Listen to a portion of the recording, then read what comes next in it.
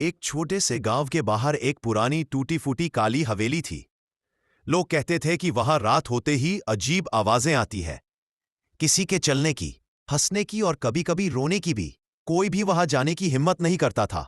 गांव में एक बहादुर लड़की रहती थी, रेखा। उसे भूत प्रेत की बातों पर यकीन नहीं था।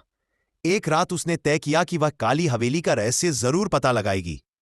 हाथ में टॉर्च और जेब में भगवान का छोटा सा लॉकेट लेकर वो हवेली की तरफ चल पड़ी। जैसे ही रेखा हवेली के अंदर गई, दरवाजा अपने आप धड़ाम से बंद हो गया। टॉर्च की रोशनी में उसने देखा कि दीवारों पर पुराने पेंटिंग्स थीं, जिनकी आंखें उसे घूर रही थीं। अचानक ऊपर मंजिल से किसी के कदमों की तप तप आवाज आई। रेखा ने हिम्मत करके सीढ़ियों पर चढ़ना शुरू किया।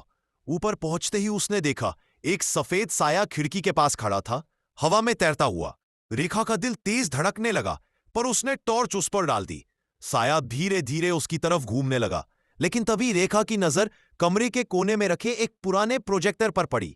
हवा से चलने वाला वह प्रोजेक्टर ही दीवार पर भूत जैसा साया बना रहा था। रेखा जोर से हंस पड़ी। उसने प्रोजेक्टर बंद किया और बाहर आ गई। अगली सुबह गांव वाले खुश होकर बोले, तुमने तो साबित कर दिया कि हवेली में कोई भूत नहीं था।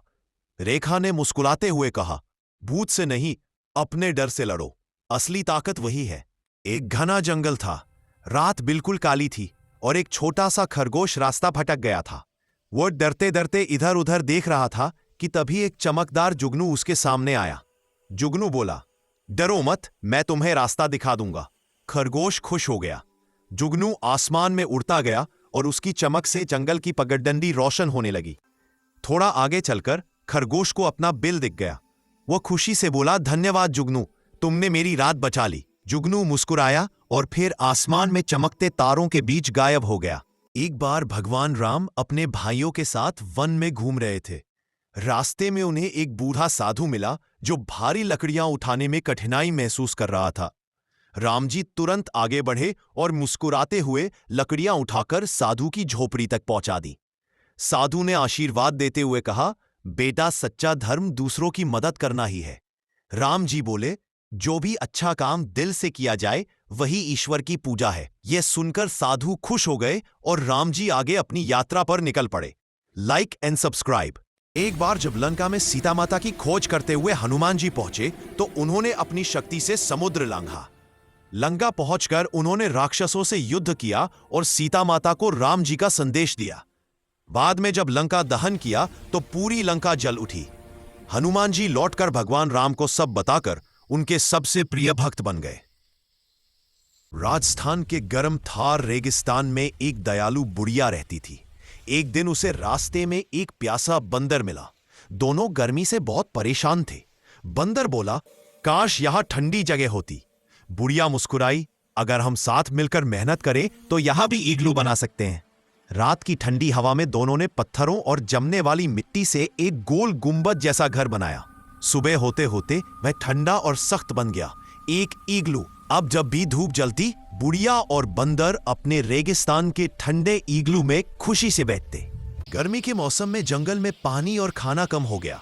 एक चतुर तोता रहता था जिसका नाम मीकू था। उसने देखा कि पेड़ों पर बेलें सूख रही हैं, लेकिन कुछ शाखाओं पर छोटे छोटे बर्फ फल अभी भी बचे थे। मीकू रोज सुबह जल्दी उड़कर ये फल तोड़ता और जंगल के जानवरों को बेच देता, कभी पानी के बदले, कभी दानों के बदले। उसकी मेहनत देखकर सब जानवर उसकी मदद भी करने लगे। धीरे धीरे मीकू ने इतना खाना जमा कर लिया कि पूरी गर्मियों में उसे किसी बात की चिंता नहीं रही। एक गांव में मोहन और सोहन नाम के दो दोस्त रहते थे। एक दिन वे जंगल से गुजर रहे थे कि अचानक सामने से एक भालू आ गया। सोहन डरकर पेड़ पर चढ़ गया, लेकिन मोहन को चढ़ना नहीं आता था। उसने जल्दी से जमीन पर लेटकर सांस रोक ली। भालू आया, मोहन को सूंघा और चला गया, क्योंकि भालू मरे हुए को नहीं छूता। भालू के जाते ही सोहन नीचे आया और बोला, भालू ने क्या कहा?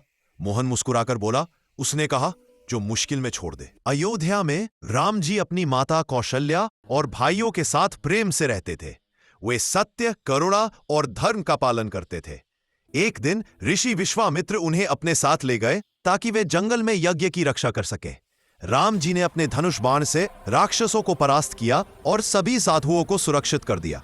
उनकी वीरता और सरल हृदय देखकर संसार ने उन्हें मर्यादा पुरुषोत्तम कहा। राम जी ने हमेशा सिखा। गर्मी के मौसम में जंगल में पानी और खाना कम हो गया। एक चतुर तोता रहता था जिसका नाम मीकू था।